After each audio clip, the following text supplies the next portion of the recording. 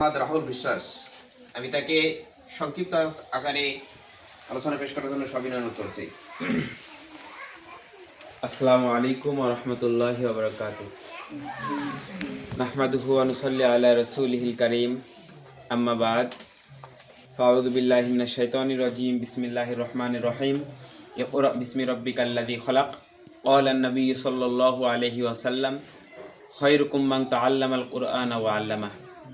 বাংলাদেশ শিশু শিক্ষা উন্নয়ন সংস্থা কর্তৃক আয়োজিত আজকের এই মাদ্রাসা ছাত্রদের মাঝে কম্বল বিতরণ ও শিক্ষা উপকরণ বিতরণ অনুষ্ঠানে উপস্থিত অত্র এলাকার সম্মানিত মেম্বার, উপস্থিত অত্র এলাকার গণ্যমান্য ব্যক্তিবর্গ এবং উপস্থিত আছেন বাংলাদেশ শিশু শিক্ষা উন্নয়ন সংস্থার সম্মানিত চেয়ারম্যান জনাব মুফতি মনিরুজ্জামান মাহমুদি সাহেব এবং অত্র মাদ্রাসার শিক্ষক এবং ছাত্রবৃন্দ, সকলের প্রতি আমার আবারও সালাম ও শুভেচ্ছা। আসসালামু আলাইকুম ওয়া রাহমাতুল্লাহ।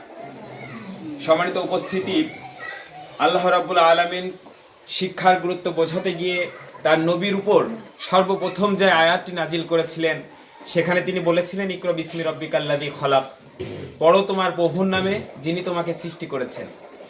এবং রাসূল সাল্লাল্লাহু আলাইহি ওয়াসাল্লামের একটি হাদিস থেকে আমরা জানতে পারি, আপনারাও জানেন, তিনি বলেছেন, খায়রুকুম মান তাআল্লামাল কুরআনা ওয়া আল্লামাহ, তোমাদের মধ্যে সর্বোত্তম, সব থেকে ভালো মানুষ ওই ব্যক্তি যে ব্যক্তি নিজে কোরআন মাজিদ শিক্ষা করে এবং অপরকে শিক্ষা দেয়।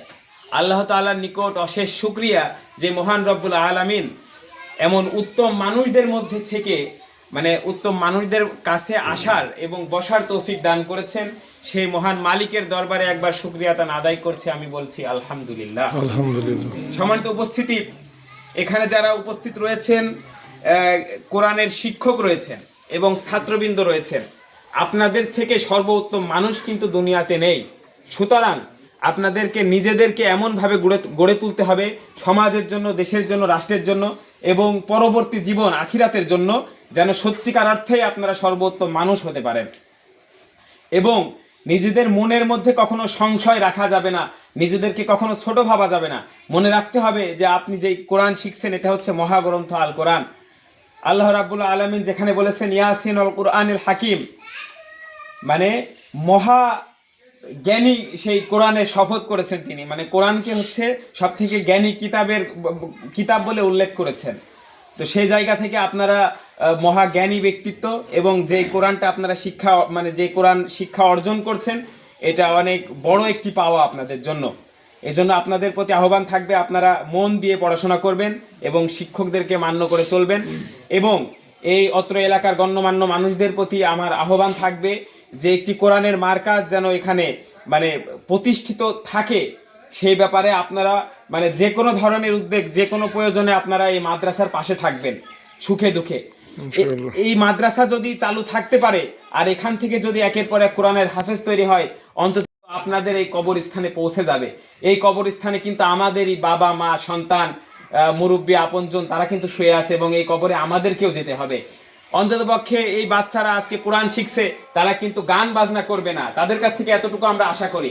এবং এই বাচ্চাদের মাধ্যমে এই দেশ, সমাজ এবং গ্রাম উপকৃত হবে। এই জন্য আপনারা প্রত্যেকেই এই মাদ্রাসার প্রতি আপনাদের যতটুকু সামর্থ্য আছে ততটুকু নিয়ে এগিয়ে আসবেন। এবং ছোট বাচ্চাদের কখনো যদি ভুল হয়, নিজের সন্তানের ভুলকে আমরা যেভাবে লুকায়ে রাখি, গোপন করে রাখি, আমার নিজের সন্তান যদি ভুল করে, ছোট ভাই ভুল করে, ওটা কিন্তু আমি ওপেনে বলবো না সবার সামনে, তাকে গোপনে শুধরানোর চেষ্টা করব।